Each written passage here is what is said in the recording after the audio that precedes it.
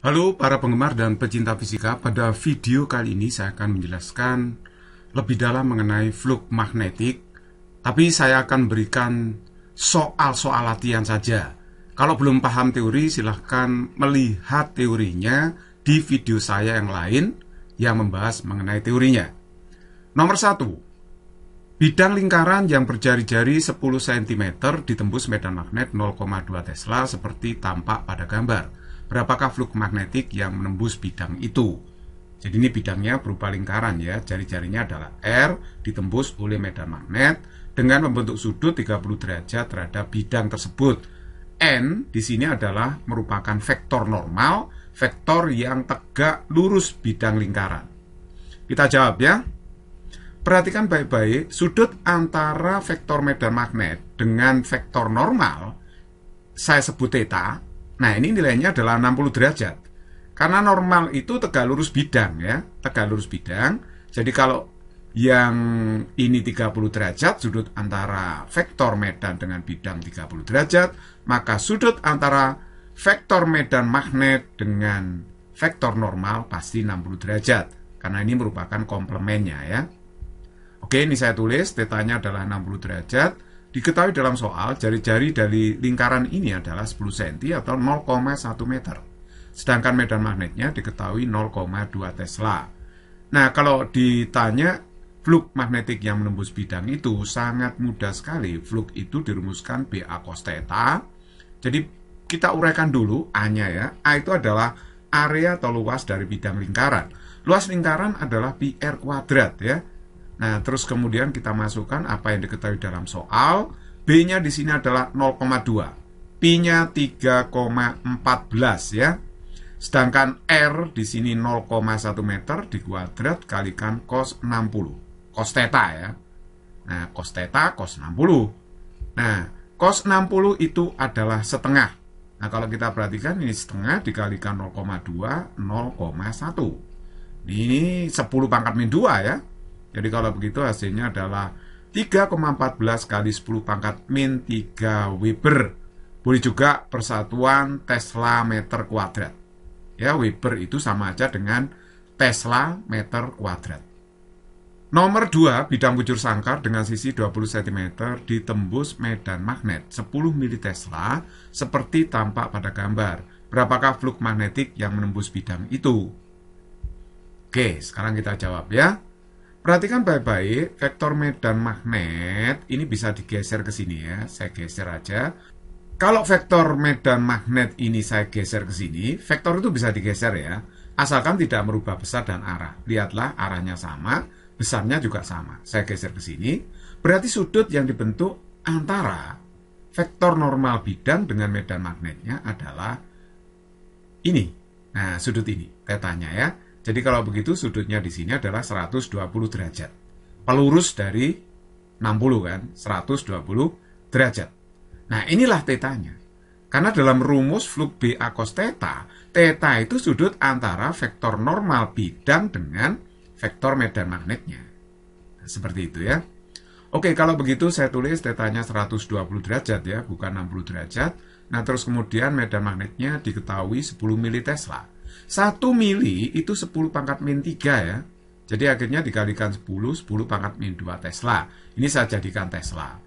Nah, kemudian area atau luas dari bujur sangkar, bidang bujur sangkar ini adalah 20 cm kali 20 cm berarti 400 cm kuadrat.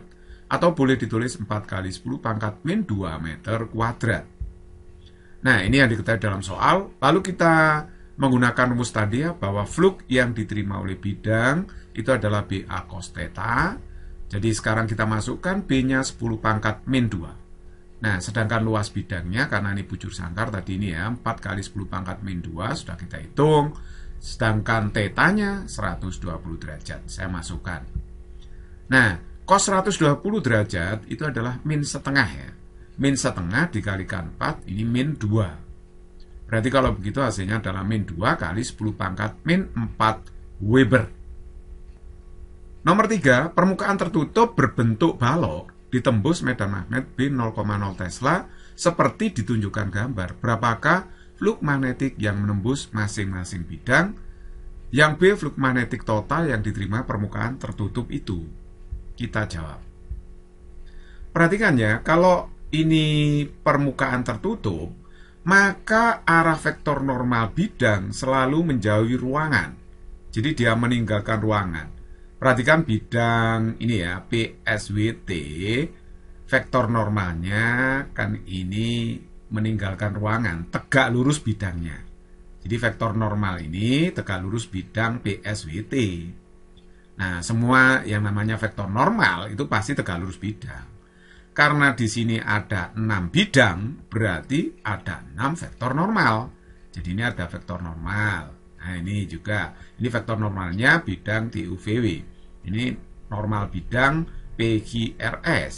Nah, ini juga ada normal bidang yang menghadap kita PQUT, ada normal bidang yang menjauhi kita SRVW. Kemudian ada lagi di sini ya, yang menghadap ke kanan itu bidang QRVU. Nah, normalnya ini juga tegak lurus bidang. Jadi ada 6 vektor normal. Nah, medan magnetnya ini menembus tegak lurus bidang TUVW.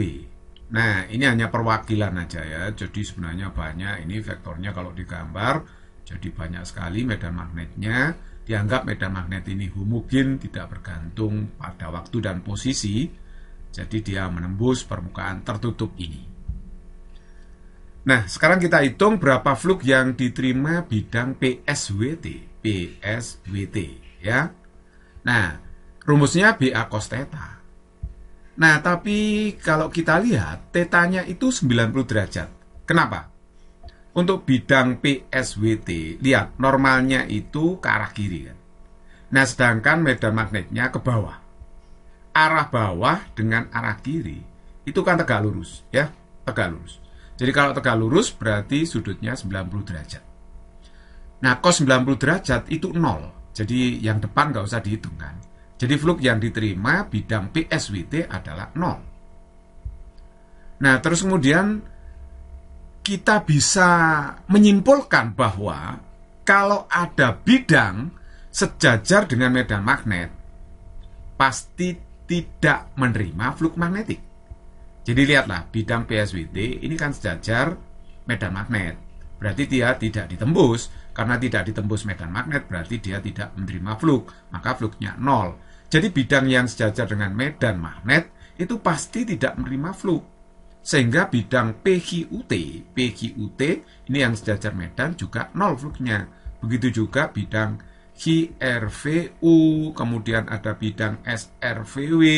Nah, semua itu sejajar medan magnet bidangnya. Sehingga flux yang diterima 0. Yaitu tadi karena alasannya normalnya tegak lurus dengan medan magnetnya. Oke, terus kemudian bidang TUVW. TUVW ya, mana TUVW? Ini ya, TUVW. Kalau kita lihat bidang ini, normal bidangnya, vektor normalnya berlawanan dengan medan magnet. Jadi vektor yang berlawanan ini membentuk sudut 180 derajat. Jadi ini saya masukkan 180 ya sudutnya. Nah, sedangkan luas bidang yang ditembus TUVW itu adalah 20 dikalikan dengan 30. Ya, ini 30 kali 20. Nah, jadi 30 itu 0,3 ya. Jadikan meter ini. 20 cm itu 0,2. Jadi luasnya 0,3 kali 0,2. Sedangkan medan magnetnya besarnya kan sudah tahu, 0,01 ini ya.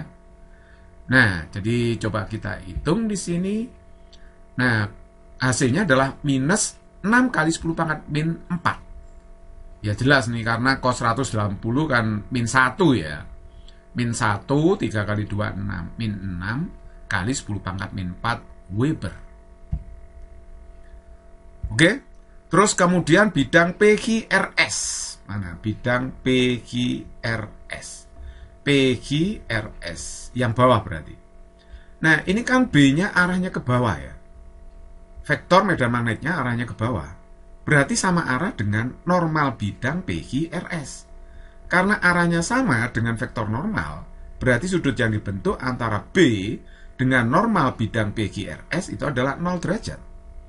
Jadi kalau begitu ini kita isi 0 ya sudutnya, tetanya 0, cos 0. Nah, dengan demikian B-nya 0,01, A-nya tadi ya sama dengan luas bidang yang atas ya. Luas bidang PQRS sama dengan luas bidang TUVW. Nah, tadi kan luas bidangnya ini ya, 0,3 kali 0,2. Tetanya 0, cos 0 itu 1. Jadi hasilnya adalah 6 kali 10 pangkat min 4 Weber. Jadi kalau kita perhatikan, sebenarnya bidang TUVW dengan PQRS itu menerima flux yang sama. Karena luasnya sama ya, ditembus tegak lurus medan magnet. Nah, medan magnetnya tegak lurus bidang, itu berarti medan magnetnya sejajar dengan vektor normalnya. Cuma yang bidang TUVW, vektor normalnya berlawanan dengan B. Sedangkan yang bawah, vektor normalnya sama arah dengan B. Kalau berlawanan menghasilkan flux negatif, kalau sama arah menghasilkan flux yang positif. Nah, seperti itu. Oke, jadi yang namanya flux magnetik itu bisa bernilai negatif, bisa bernilai positif. Nah, sekarang pertanyaan B. Kalau ditanya flux totalnya atau flux neto, ya jumlah dari flux yang diterima 6 bidang itu. Jadi mulai dari bidang PSWT kan 0 ya. Yang diterima PQUT, QRVU, SRVW itu 0 semua. Jadi ini saya masukkan. Jadi 4 bidang tidak menerima flux, ya kan?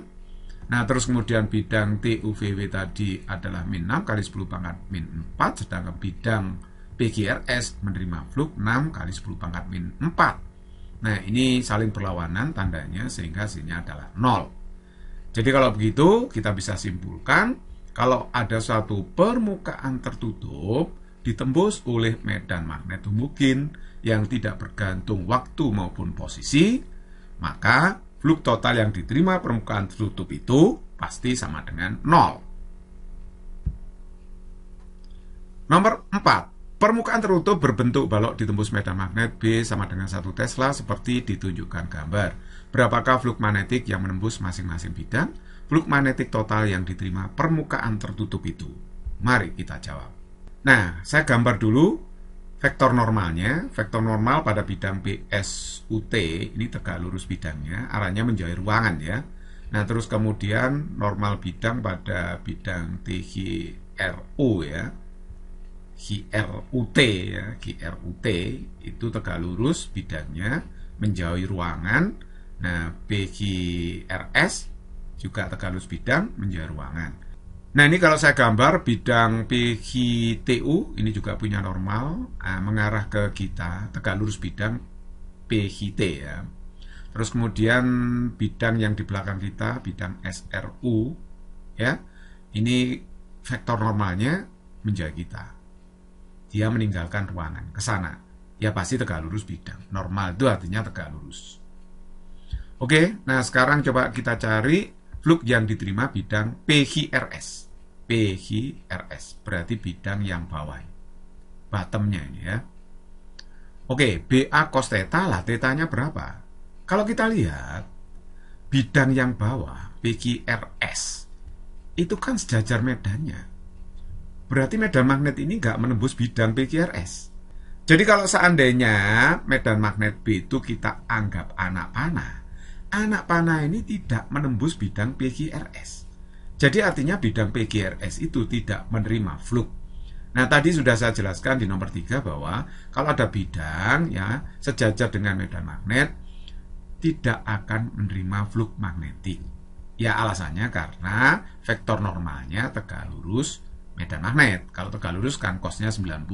Cos 90 itu 0. Jadi B tegak lurus normal sehingga cos 90 akhirnya dapatnya 0. Jadi sekali lagi ya, kalau bidang sejajar medan magnet tidak menerima flux magnetik. Nah, terus kemudian bidang ini PQT sama SRU bagaimana? PQT ini bidang yang sejajar dengan medan magnet juga kan? Sama. Nah, karena sejajar ya berarti tidak tembus medan magnet 0. Begitu juga bidang SRU ya, SRU. Ini juga sejajar medan magnet. Jadi tidak ditembus sehingga fluxnya 0. Nah, terus kemudian bidang PSUT. Lihat, PSUT. Bidang yang menghadap ke arah medannya. Vektor normalnya menjauhi ruangan tegak lurus bidang. Berarti dia berlawanan dengan medan magnetnya. Kalau berlawanan, berarti sudut tetanya itu 180 derajat, ya. Nah, sehingga saya masukkan di sini tetanya 180. Medan magnetnya kan sudah diketahui 1 Tesla, sedangkan luas bidang PSUT terlihat di sini ini 20 ya. Terus ini 30. Kalau jadikan meter, berarti luasnya 0,3 meter dikalikan 0,2 meter. Nah, ini saya tulis. Cos 180 itu min 1. Sehingga hasilnya adalah ini ya. Minus 6 kali 10 pangkat min 2 Weber. Oke, sekarang bidang ini, yang miring ini. Nah, ini agak sulit yang miring ini ya. Bidang QRUT. Nah, berapa flux yang diterima bidang QRUT? Nah, coba perhatikan. Ini kalau dilihat dari depan ya, bidang PGT. Bidang PGT ini ya. Bentuknya adalah segitiga siku-siku. Ya kan? Bentuknya itu segitiga siku-siku. Kalau ini 30, tingginya 30, ini 40. Dengan Pitagoras tentu saja ini kita tahu, yaitu 50 panjangnya ya. Oke, nah sekarang coba perhatikan, normal bidang dari QRUT itu kan tegak lurus bidangnya. Kalau dia tegak lurus bidangnya, berarti normal ini tegak lurus garis QT. Tegak lurus dengan garis QT. Ini saya gambar tegak lurus ya, dengan garis QT. Ya, normal ini tegak lurus dengan garis QT. Nah, sekarang perhatikan baik-baik. Medan magnetnya arahnya mendatar seperti ini. Saya pindahkan ke sini ya, ini ke sini, seret gitu. Nah, sudut yang dibentuk medan magnet dengan normal itu yang namanya theta. Jadi dalam rumus BA cos theta, theta itu sudut antara vektor medan magnet dengan vektor normal ya. Oke, nah sekarang coba saya perpanjang aja. Nah, ini garis perpanjangan vektor normal, di garis perpanjangan vektor medan magnetnya. Kalau di sini sudutnya theta, maka yang sebelahnya ini kan juga theta. Karena ini sudut bertolak belakang. Ya kan? Nah, oke, sekarang mari kita perhatikan. Sudut ini juga theta. Loh, kok bisa? Coba perhatikan. Normal bidang itu tegak lurus dengan garis TQ. Ini tegak lurus ya. Sudutnya 90 ini. Kalau ini sudutnya 90, berarti sudut yang sebelah ini kan berapa? Ya tentu 90 derajat min theta kan? Ini 90 derajat min theta. Ya kan? Karena ini tegak lurus. Normal tegak lurus dengan garis QT.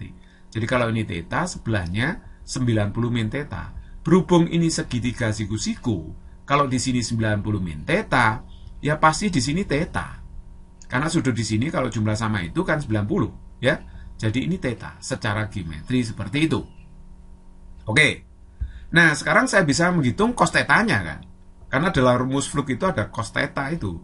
Jadi cos theta itu adalah cos sudut antara vektor medan dengan vektor normalnya itu. Cos theta di sini jelas karena ini segitiga siku-siku. Cos theta berarti samping bagi miring. Berarti 30 cm bagi 50 cm.